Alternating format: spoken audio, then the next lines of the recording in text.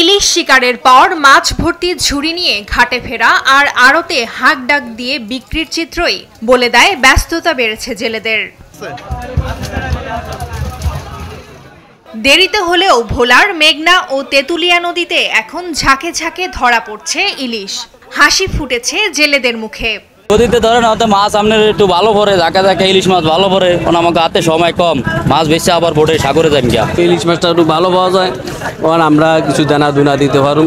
নদীতে মাছের এমন প্রাপ্যতা থাকলে দাম কিছুটা কমার কথা বলছেন জেলেরা। আমরাও কিনে বেশি একটু মোটামুটি ভালো আছি, আরো যদি বেশি হয় আরো কমে কিনতে পারবো, কমে বেচতে পারবো, বাজারে নিয়ে বিক্রি করতে পারবো। ইলিশের চাহিদা ও দরদাম নিয়ে সন্তুষ্ট মৎস্যজীবীরা। প্রতিদিন জেলার বিভিন্ন ঘাটে কমপক্ষে 10 কোটি টাকার ইলিশ বেচা কেনা হচ্ছে বলে জানান আড়তদাররা। ভোলা জেলায় যা ঘাট আছে, মৎস্য আড়ত আছে, সব মিলে হয়তো 10 কোটি টাকার মাছ বিক্রয় আজকে হবে বা হয়েছে। এখন মোটামুটি ভাবে জেলেরও ব্যস্ত, আমরা একটু ব্যস্ত। ইলিশের উৎপাদন বাড়ায় লক্ষ্যমাত্রা অর্জন নিয়ে আশাবাদী মৎস্য বিভাগ। এবছর আমাদের লক্ষ্যমাত্রা 1,83,000 মেট্রিক টন ইলিশ ভোলা থেকে আমরা উৎপাদন করব।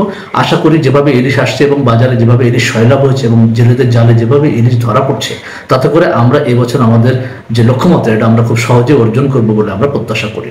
ভরা মৌসুমে ইলিশের এমন ঝাঁক অব্যাহত থাকলে আর্থিক সংকট কাটবে বলে প্রত্যাশা করছেন জেলার 2 লক্ষাধিক জেলে।